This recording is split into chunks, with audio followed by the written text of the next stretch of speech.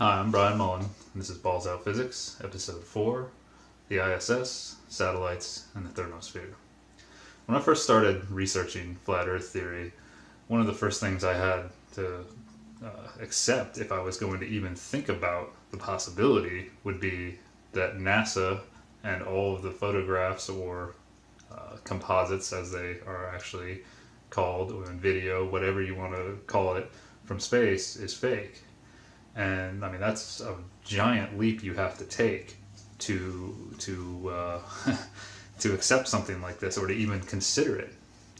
And so I started watching videos that people had produced showing that the ISS was a hoax, and that satellites were fake. A lot of people, there were videos showing that on spacewalks, when it looked like they were on space, people caught a bubble rising from an astronaut's helmet, or a guy with a scuba tank inside the ISS in a window, and just other things like that. And so I first started seeing that stuff, and it was pretty convincing. But at the same time, I I thought, well, it's not definitive proof, because how do I know that this stuff hasn't been edited in to sway opinions? Because there are people out there that believe the Earth is flat, and they want everybody else to believe it too. So I remained skeptical, but I also was doing my own little experiments on Earth with binoculars and just seeing how far I could see over the horizon, and drawing distances in AutoCAD and doing calculations and finding that I was able to see things much farther away, and observing the sun and the moon and the stars, and things like that. And so I started, my opinion started to sway a little bit, but I still was trying to prove it wrong. But I'll never forget the moment that everything clicked. And that was on a Friday night. I was just watching videos, doing my typical thing, just wondering, trying to prove these things wrong that I was seeing. And I don't remember what video it was, but the narrator in the video said, how are there satellites and a space station in the thermosphere layer of the atmosphere when the temperature gets up to 2,000 degrees Celsius? And that's when everything clicked. I remembered, oh, wow. I remembered from astronomy, my professor talking about the temperature in the thermosphere. And I remember her taking a marker like this and holding it out, and held it in front of the class like this, and she said, the temperature in the thermosphere layer of the atmosphere is upwards of 2,000 degrees Celsius, or can get up to upwards of 2,000 degrees Celsius.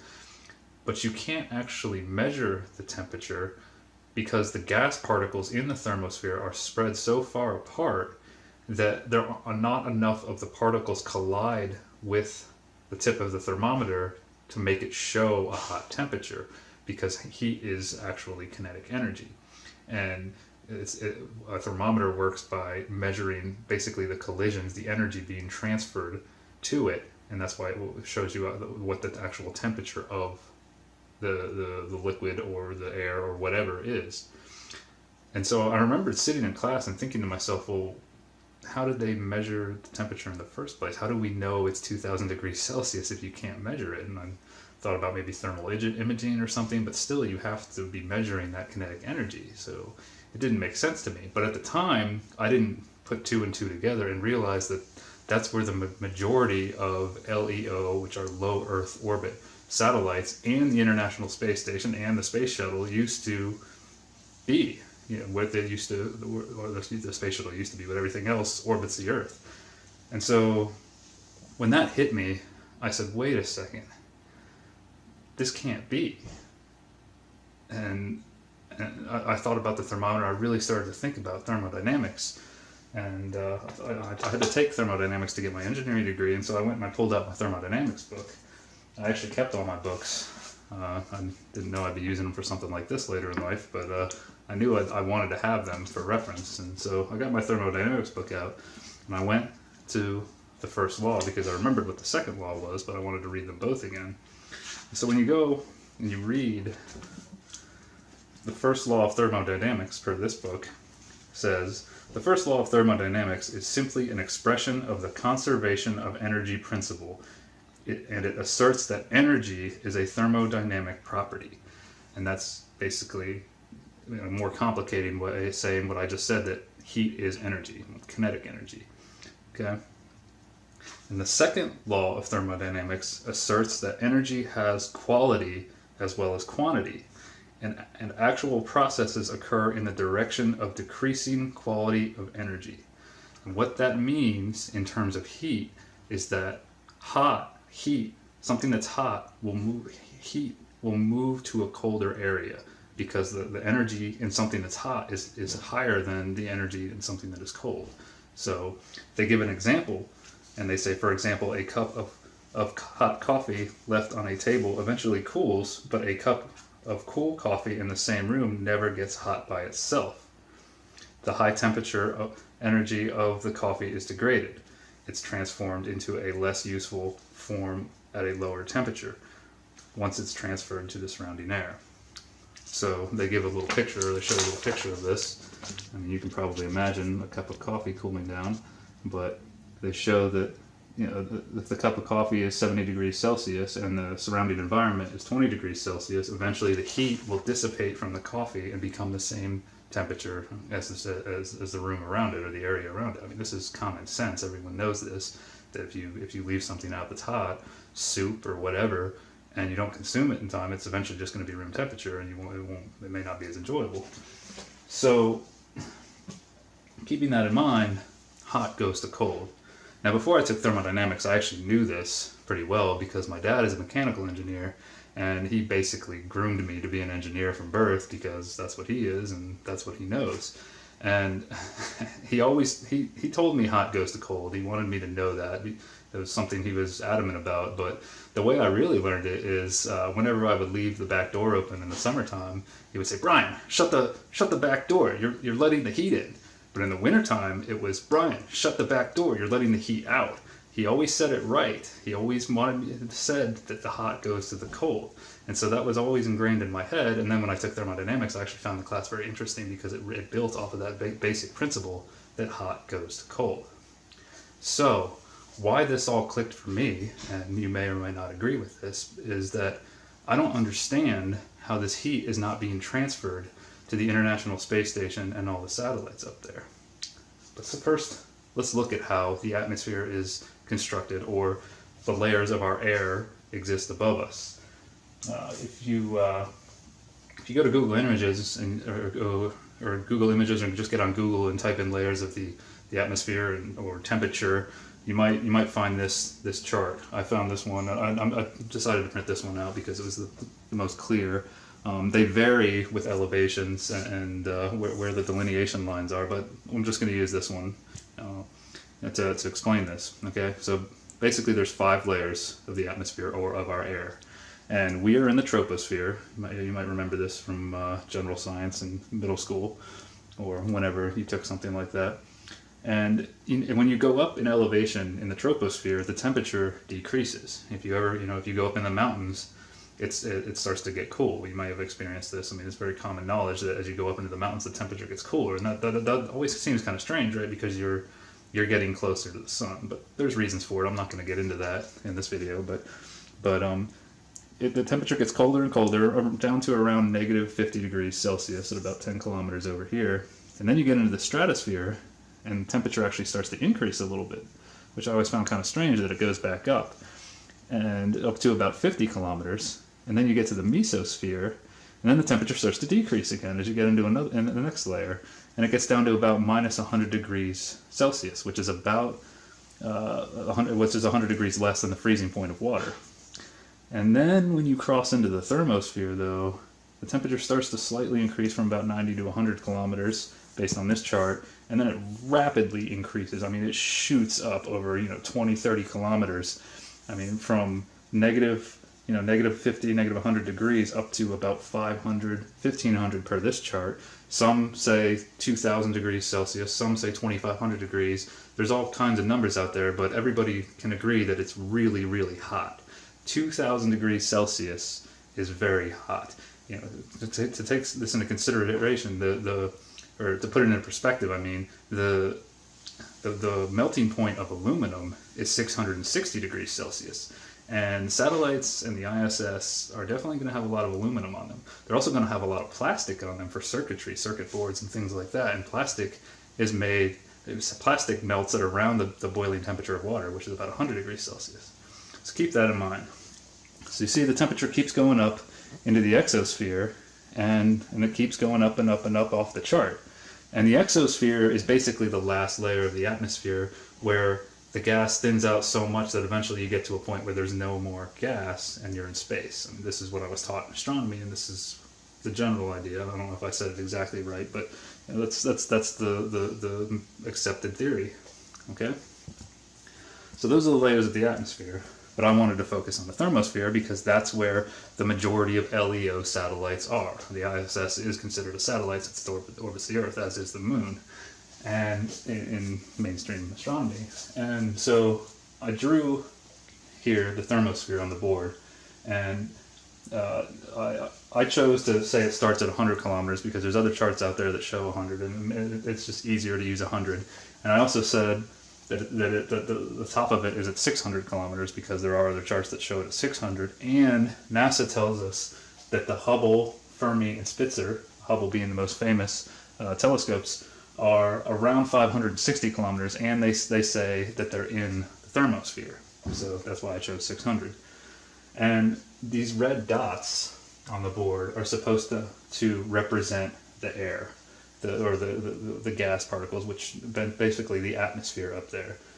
Okay, and red because they're hot, and you know, I've also got the ISS and satellites up there, and down here I've got the lowest LEO, which is supposed to be around 160.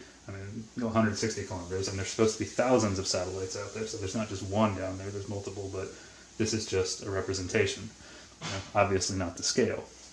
And so when you start to think about how heat works, heat and pressure works, if you, or gas works, think about a pot to visualize the air in the atmosphere. You think about a pot on the stove. You fill it with water, put it on the stove. You say you want to boil some water. Put it on the stove, and you turn the temperature on high. Okay? And eventually, about 5-10 minutes, you've got boiling water, and sometimes, you know, the top will start to rattle around depending on how much water and air you have in there, what the ratio is.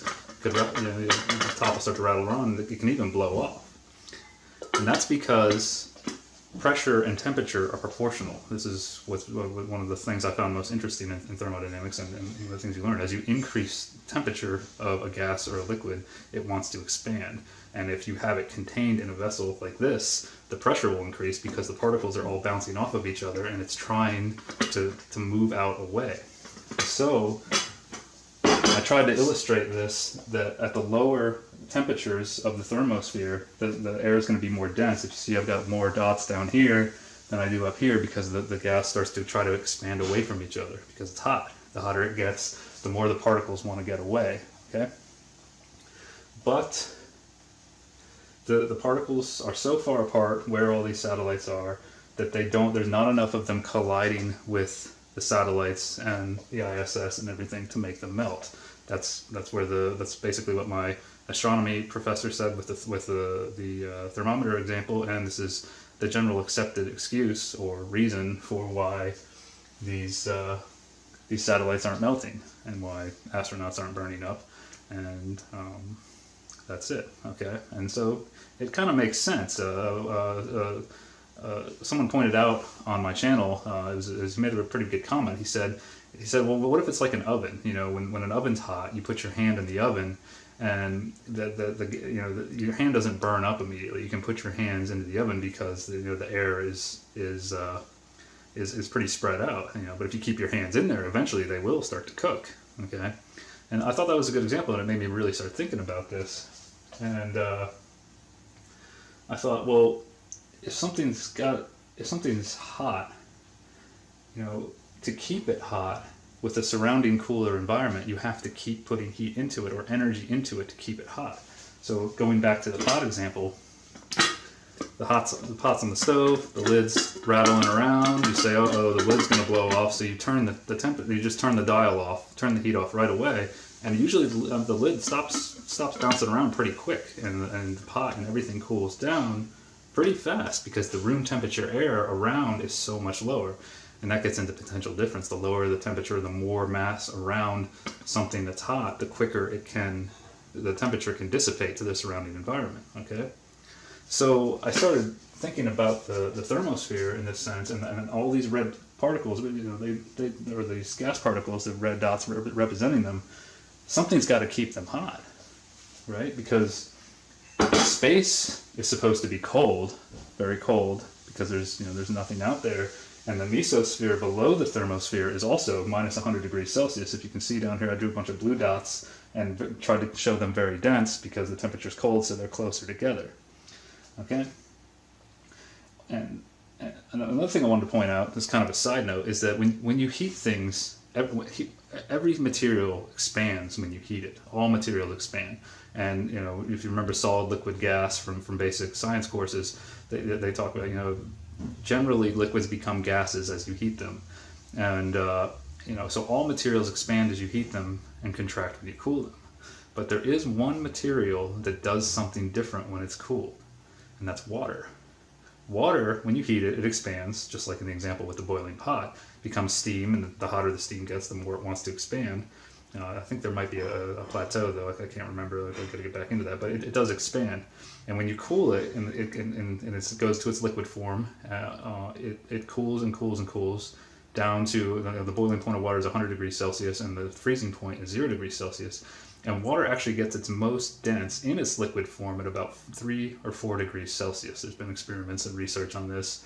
I'm not sure what the exact temperature is, but somewhere around 3 or 4 degrees Celsius, water is actually its most dense in its liquid form.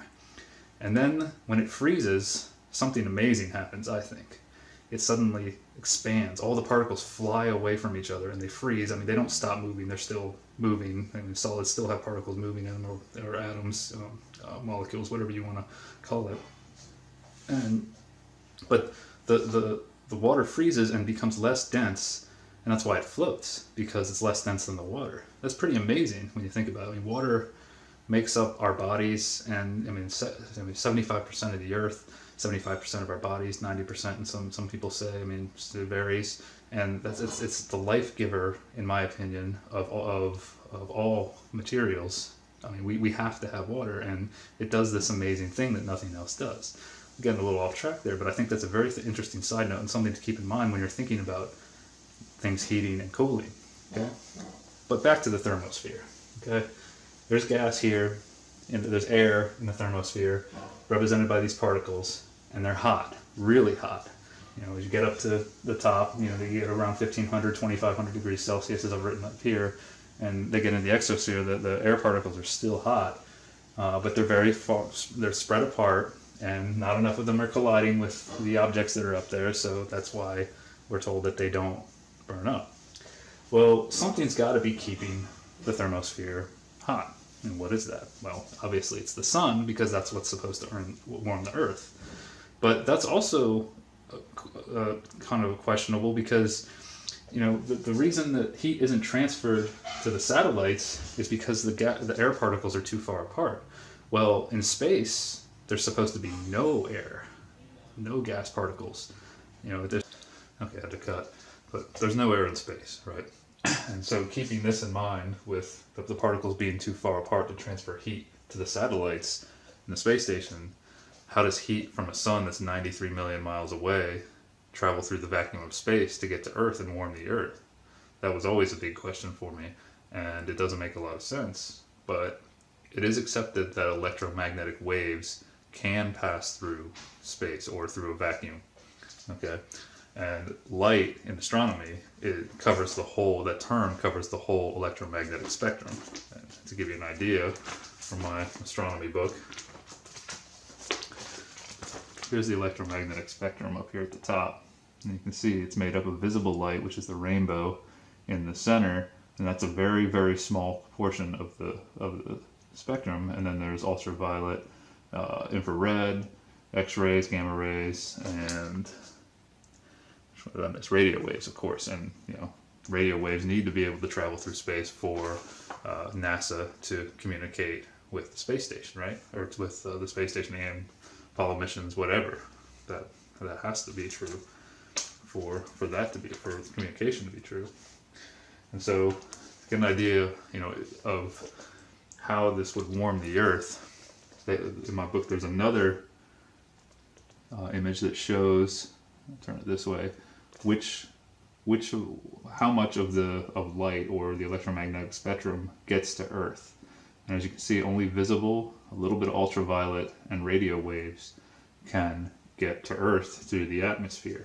So by that logic, you would assume that with the atmosphere absorbing the gamma, X-ray, ultraviolet light, that's what's heating the atmosphere. That's what the particles are absorbing and warming, and that's what we're told. That these particles absorb that light, and that's what makes them warm.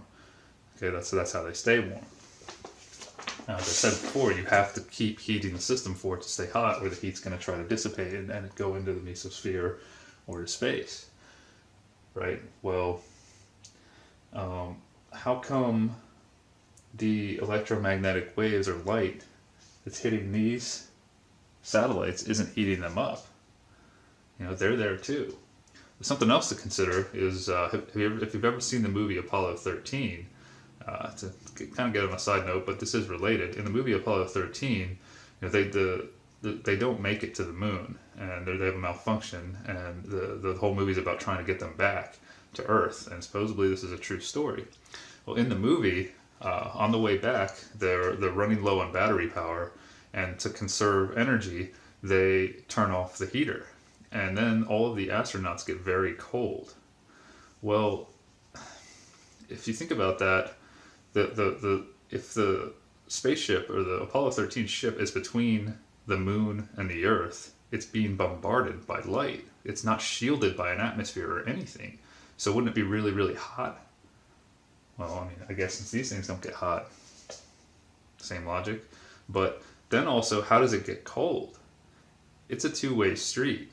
If there's no air out there for the heat to radiate into, to move through conduction or convection, you know, how does heat leave the Apollo 13, right? How did it get cold? It's got to have something to move through. Only light can transfer energy through space, as we're told. On Earth, you have to have some kind of medium for it to travel through. Now, this is common accepted truth. The heat has to move through something unless it's light. And so the same thing goes for the space station.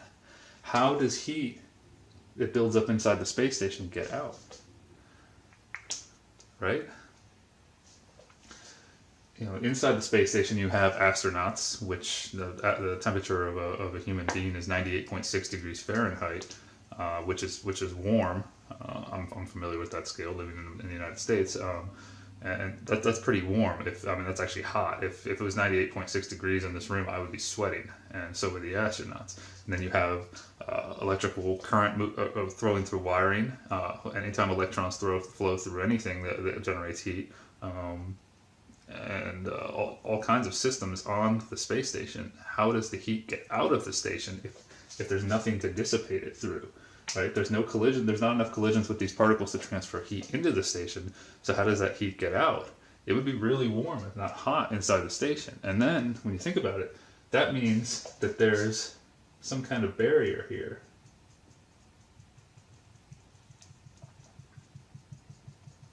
Around the station that doesn't allow. Basically, invisible barrier is formed. There isn't a barrier there. An actual, a theoretical imaginary barrier is there that doesn't allow heat in or out because it's a two-way street, like I said. So, how does this work? They have to have a set temperature before they even get into the thermosphere. It has to be a nice, room temperature in the United States is usually 72 degrees Fahrenheit. And they look like they're in an environment like that when they're on the space station wearing collared shirts and pants. Most of them, they probably want something that's comfortable so they're not sweating, and they look fairly comfortable. So how do they set that temperature? Heat can't go in or out. So going back to the electromagnetic waves and it's hitting these satellites, but they don't get hot. But if these gas particles absorb light and energy and get warm, these satellites are made of metals and very dense matter, and they're cool. They're going to absorb that light too. How do they not absorb the light? How does it choose to only warm the atmosphere but not the satellites? And not the Apollo spacecraft, or not any of the probes that have been out in space that are getting hit by direct sunlight? It doesn't doesn't add up to me. It defies logic. And another thing to think about is these black lines here are supposed to represent the solar panels on the ISS. You can look up an image of it on Google if you want to see it. I didn't draw a perfect picture of it, but that's generally what it looks like. Solar panels absorb light to create electricity. And if the temperature gets up to 1500 to 2500 degrees Celsius up here, let's say it's 1500 as I've got over here, I'm just taking approximate temperatures based on that chart I showed at this elevation. I've got 1000 down here for the LEOs. Those solar panels absorb electricity, or absorb light to make electricity, and they can work in 1500 degrees Celsius temperatures. That's very, very hot. And okay, let's say they can, and they're getting hot and they're connected to the station. Shouldn't they be transferring heat into the station? I mean, through the matter that they're connected with. I've heard people say that the satellites and the ISS have like a reflective material on them that reflects the light. Okay, but that would work for the station. But what about the solar panels? They are absorbing the heat, and the heat. If you hold a steel rod and you light a fire under one end of it, eventually the heat will travel through to the colder end of the steel rod on the other side. Metals conduct heat. I mean, basically all matter does. So heat will distribute itself through all matter. Hot goes to cold. It'll go to the colder pieces of matter. So how does this work? And if there is really a reflective material that can then reflect the light back off of you, I want clothes made out of that for an August day in Florida, because when the sun is on you in August and early September in Florida, it is miserable here. It is very, very hot and it's humid. Yes, the ambient temperature around me is also warming me, but when I go in the shade, it's cooler. So if you can get this reflective material, I really want some. I want a hat made out of it, everything. Of course, they'd probably say it's very expensive. So this, in my opinion, defies the second law of thermodynamics. And we write laws. Science says something's a law. I don't agree with this, but we basically say that nature has to follow that law all the time. I think that's a little arrogant for us to do, but that can be seen in the whole theory of dark matter. That dark matter is theorized because galaxies appear to spin so fast that there's not enough mass in them that defies the law of conservation of angular momentum. So we have to theorize that there's dark matter to obey our laws of science. But this is disobeying the second law of thermodynamics. So we're contradicting our methods of analysis here and acceptance. So I can't believe that these things are here. I can't believe that any spacecraft have gone to the moon because they would get hot based on how all of this is supposed to work. And so I'm sure scientists and engineers have thought about these things before, and I did before I even started to question it not being real. But when you see a picture of these things, animations, really, because there are no real pictures of satellites, you can look this up, they're all CGI, they're all animations for some reason. When you see astronauts on a space station or out on a spacewalk, you think it's there. So all these questions about the physics go right out the window. I mean, at least they did for me. But then when I say, well, wait a second, what if they're faking it? Then all of this comes roaring back. And you put the two together, and it really starts to seem like we're being lied to here. And I have to admit, it broke my heart when I realized all this, when all this clicked for me. I don't want to believe that this isn't there. I used to be such a space nerd, and I went and saw The Martian actually after I filmed my last Balls Out Physics series, and I got really depressed after I watched it. To be honest, within the first hour of the movie, I was sad. I missed the idea of humanity getting off of Earth and exploring the stars, but logic, I'm not going to let my emotions overpower my logic, because then I'm just lying to myself, and that's just silly.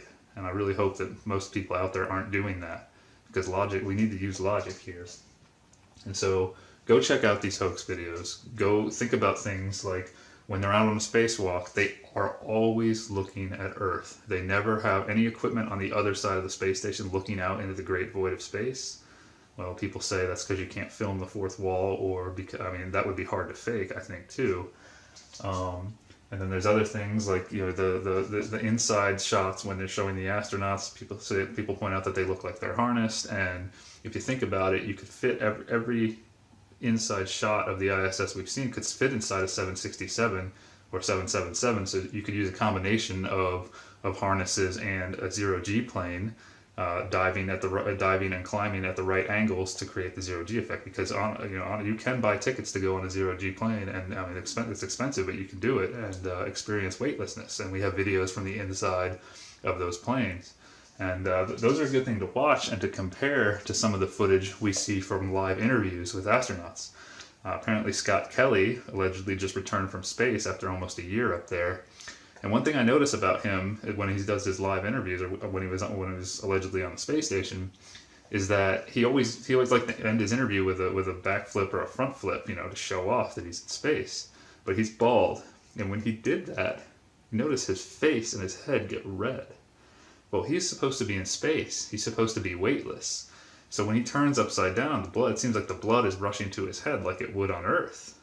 I don't think that should happen in space, because unless you consider maybe centrifugal forces are doing that, and going back into episode 3, if you watch that, where you know there's a force pulling towards the center of a circle in rotation, but that's supposed to be balanced in space, which I'll go back and make a sub video to episode 3 to explain that. But it doesn't add up. It really doesn't. So